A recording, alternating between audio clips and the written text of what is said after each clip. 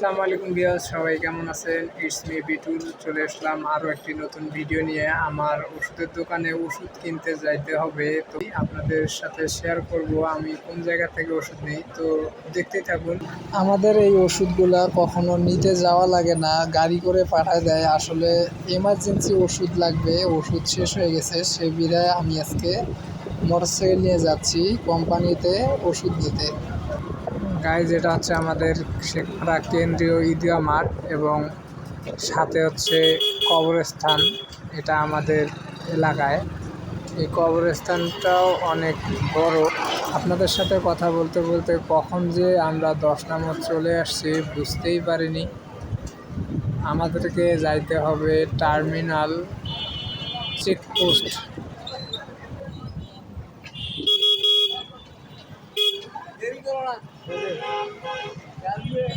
আমি যাবো, আমি শহর যাবো। কোন শহর? বেড়া গরিবা চলো টার্মিনাল বেড়া টার্মিনাল যাবা। ভাড়া ভাড়া ভাড়া যাওয়ার পথে ভাগনা আর নানার সাথে দেখা, একটু উঠাই নিলাম। আমার ওই রোডে নিয়ে যাব, ও যাবে টার্মিনাল মাছ কিনতে। ওকে ওখানে নামাই দিয়ে তারপরে আমি আমার গন্তব্যস্থলে যাচ্ছি। তো সাথে থাকুন।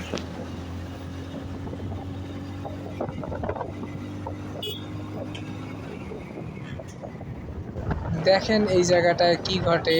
এই বাইকটা ডান সাইডে যাবে অথচ উনি ইন্ডিকেটর দেয়নি। অ্যাক্সিডেন্ট হবে না কেন? এই সকল ড্রাইভারদের জন্যই অ্যাক্সিডেন্ট হয়, যারা হঠাৎ করেই রাস্তা ক্রস করে এরপরে ওভারটেক করে। আসলে এগুলো ঠিক না, যদিও আমিও মাঝে মধ্যে করি, ওভারটেক। আসলে এ সমস্ত করার কারণে অ্যাক্সিডেন্ট ঘটে। তারপরেও চোখ কান খোলা রেখে চালাইতে হয়, কারণ একটি দুর্ঘটনা সারা জীবনের কান্না। দেখেন, অ্যাক্সিডেন্টের কথা বলতে বলতেই সামনে আবার বিপদ সংকেত। এই যে চাচি আর এই ভাইটি যে রাস্তা বের হলো, এনারা কি রাস্তা দেখছে যে ফাঁকা আছে কিনা? এইখানে যদি গাড়ি কন্ট্রোল না করে ওনাদেরকে লাগাই দিতাম, তাহলে কিছু সংখ্যক লোক এসে বলতো বাইক চালায়, দেখে শুনে চালায় না, হুড়ম ধারাম করে বাইক চালায়। আসলে কি সব দোষ বাইকারদের? আমি বুঝি না। আমরা অলরেডি টার্মিনাল চলে আসছি, মাছের আড়ত। আমরাই এখন ভাইস্তাকে এখানে নামাই দিব, নামাই দিয়া আমি আবার আমার গন্তব্যের দিকে রওনা দিব। চার্জার নাই তো বেঁচে গেলাম। আর যদিও বা থাকতো প্রবলেম নাই, গাড়ি ঘুরাইয়া অন্য বাইপাস রোড দিয়ে ঢুকে যেতাম। সামনে সার্জেন্ট থাকতে পারে, যদি সার্জেন্ট থাকে তাহলে আমি কেস খেয়ে যাব।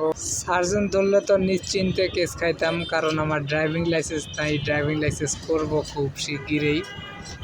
আরেকটা কথা আপনাদেরকে জানানো দরকার, আপনারা যারা হাড়িভাঙ্গা আম পছন্দ করেন, আমাদের রংপুরেই পাচ্ছেন। এই টার্মিনাল বাস স্ট্যান্ড পার হয়ে এই যে বাম সাইডে দেখেন হাড়িভাঙ্গা আমের বিশাল সমাহার। এখানে আম পদাগঞ্জ থেকে আসে, আরও বিভিন্ন জায়গা থেকে আম আসে। এখানে শুধু হাড়িভাঙ্গায় পাবেন তা না, আরও অন্য অন্য আম এখানে পাওয়া যায়।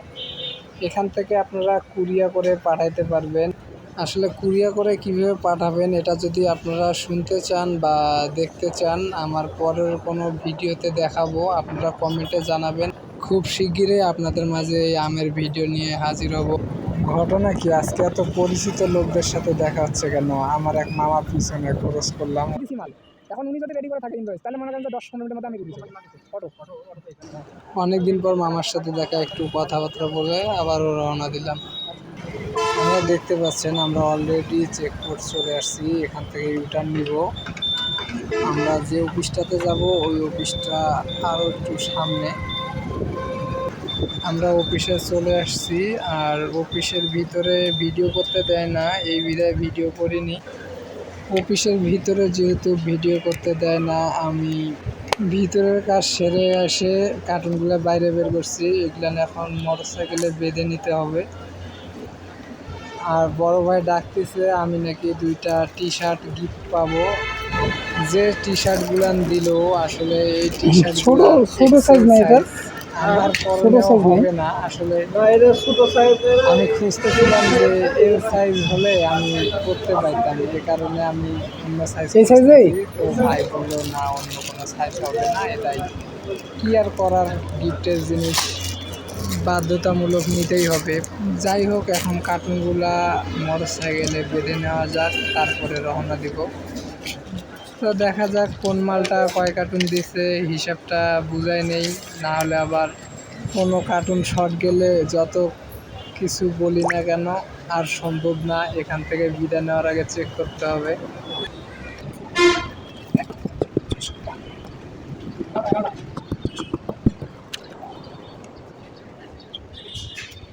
মালগুলা বুঝাই নেওয়া শেষ, এখন বাইধে নেওয়ার পালা।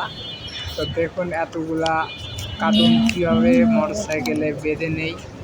টিপস অ্যান্ড ট্রিক্স আপনাদেরও কোনো সময় কাজে লাগবে। ঘুরে বেরোবো।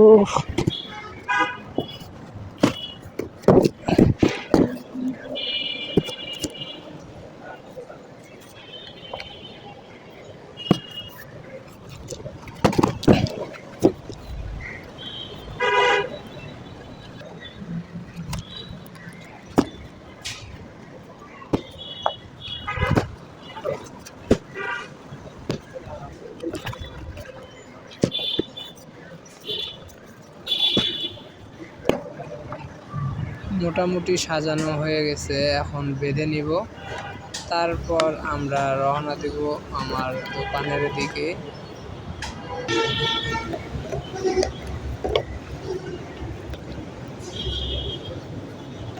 অনেক কষ্টের পর সফল হতে পারলাম, কার্টুনগুলোর মোটরসাইকেলে বেঁধে নেওয়া শেষ হলো। আপনারা হয়তো জানেন না, আমার সার ওষুধের দোকান, জমির ক্ষেত খামারিতে ওষুধ স্প্রে করা হয় যে সকল ওষুধ, এই সমস্ত ওষুধের দোকান আমার। আপনাদের যদি কারো কোনো সমস্যা থেকে থাকে তাহলে অবশ্যই কমেন্টে জানাবেন, আমি আপনার সমস্যার সমাধান করার চেষ্টা করব।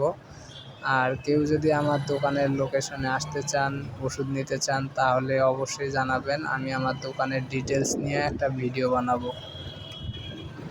ভিডিওটি ভালো লাগলে অবশ্যই লাইক করে দিবেন, আর ভিডিওটা কেমন হয়েছে কমেন্টে জানাবেন।